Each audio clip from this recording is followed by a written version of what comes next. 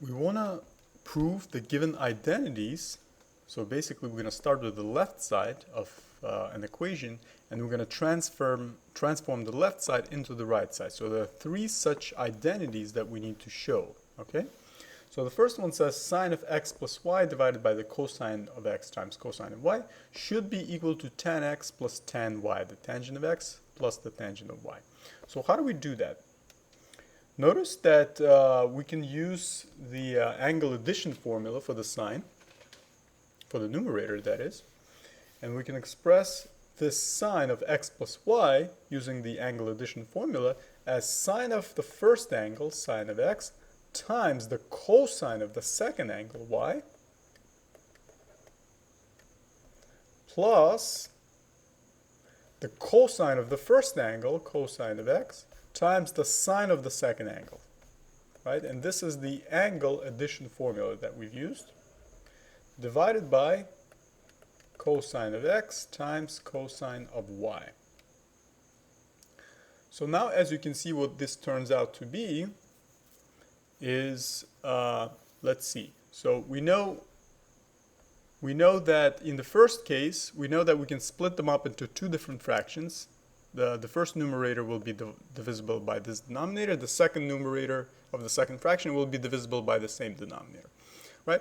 We know in the first fraction, consisting of just these, without that, just the first fraction with this numerator and denominator, we can see that the cosine of y's will cancel out, right? So as a result, we will have sine x divided by the cosine of x in the first fraction, plus, now in the second fraction, we will have this numerator and this same denominator. So as you can see, the cosine of x will cancel out there, right? Cosine of x will be gone. Sine of y divided by the cosine of y will remain.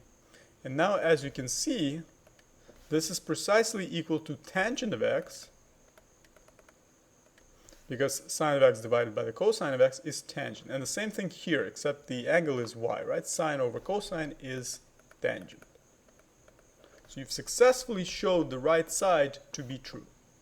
Now the next one, we have 2 tangent of x divided by the sine of twice x is equal to the secant square x. We need to transform this left side into the right side, secant square x. So how do we do that? We're going to keep the numerator as it is, 2 tangent of x, and we can express this double angle formula for the sine, as you should know, 2 sine x cosine x. Okay, so that you should recognize. And now let's see what happens. Notice that we can express the tangent as the quotient of sine and cosine if we work backwards here using that. So you know that tangent of x is equal to sine x over cosine x. So we're going to do it backwards this time, from tangent to sine over cosine. So that's going to be, and notice we can also cancel out the 2's, we don't need them.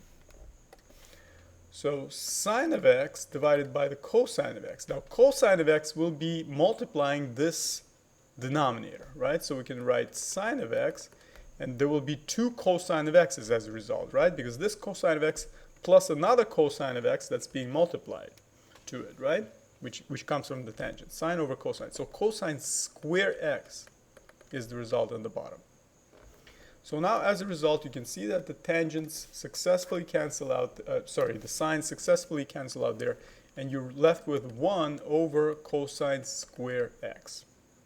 Okay, and this can be thought of 1 over cosine of x being squared, right? Because we can express 1 as 1 squared as well.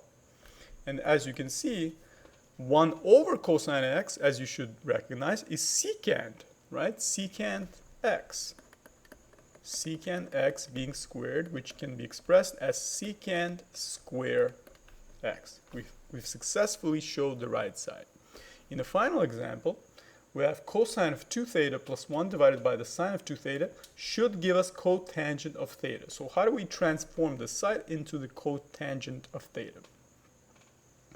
Notice that the top, precisely cosine of 2 theta, can be expressed as 2 cosine squared theta minus 1. Okay?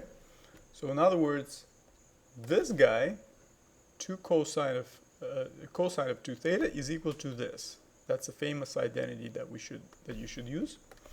And then that plus 1 should follow it, right? Don't forget to write it. And it's going to be divisible by, and again, for the sine of 2 theta, just like sine of 2x, we transformed it using the identity into 2 sine x cosine x. Right? So 2 sine of theta this time, because there's a theta instead of x, 2 sine theta cosine theta. So let's see what turns out as a result. So the minus 1 plus 1 will be gone, so we will have 2 cosine of squared theta divided by 2 sine theta cosine theta.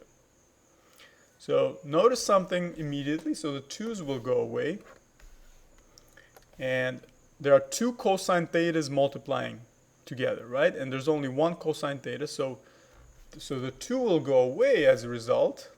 The power will be reduced by 1. And this cosine theta goes away because that's the power of 1 that we reduced the top by, right? So as a result, this is equal to only 1 cosine theta remaining on the top. And only sine theta remaining on the bottom, right? Because the 2's were gone and the cosine theta canceled out with 1 factor of cosine theta on the top, right? So we have sine theta remaining on the bottom.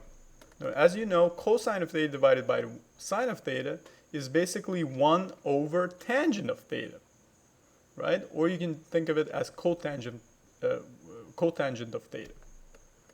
Cotangent of theta.